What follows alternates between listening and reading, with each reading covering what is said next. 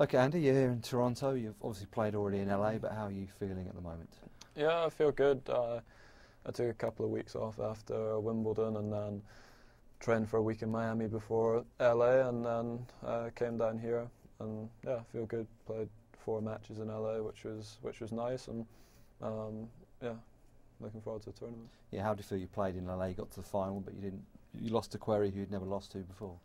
Yeah, well, I hadn't I'd only been practicing for like 4 days before I went into the tournament, and I didn't expect to play that well, and I didn't play that well in any of my matches. I just fought hard and you know managed to. I've actually played better with each match, and physically I started to feel better with each match, and it was probably very good preparation for here. I saw the things I needed to work on and practice a little bit more, and that went well. Yeah, you think you'll definitely benefit from playing that tournament? Yeah, I think now, yeah, because the matches, they weren't physically that taxing. I played every match in the evening. It was pretty cool, except the final we played during the day. And yeah, I got some good court time. Normally, I've come in here with having not played any matches the last few years. I've taken quite a long break after Wimbledon, and hopefully it'll help me a bit at the start. Sure, and obviously you're without a coach now. You sort of talk about that. Just tell us your side of things, how it sort of happened between you and Miles.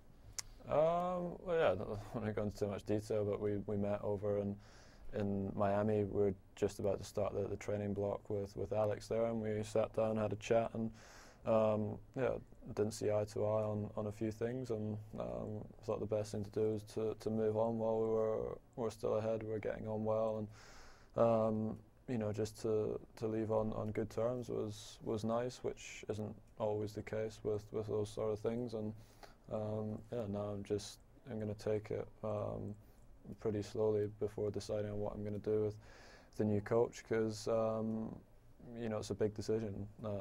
You spend a long time with them. It's better to be patient, take as long as it takes to find the right person, rather than rushing in and making a mistake and then having to change again in 7-8 months. So hopefully I'll find someone after the US Open. And Alex Corretja is still involved, is that right?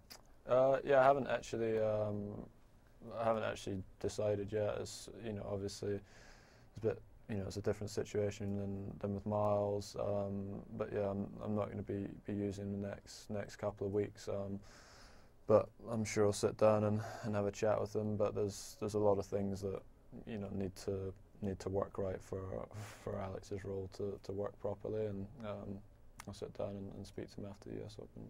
And obviously defending champion, so you must be hopeful of a good week here. Yeah, I like it here. I always played well in Canada, and it's a really tough tournament this year. A lot of the guys playing well, and yeah, hopefully I can have another good run. And obviously at the end of it all, I guess it's all heading towards the US Open, yeah? Yeah, well, that's the plan.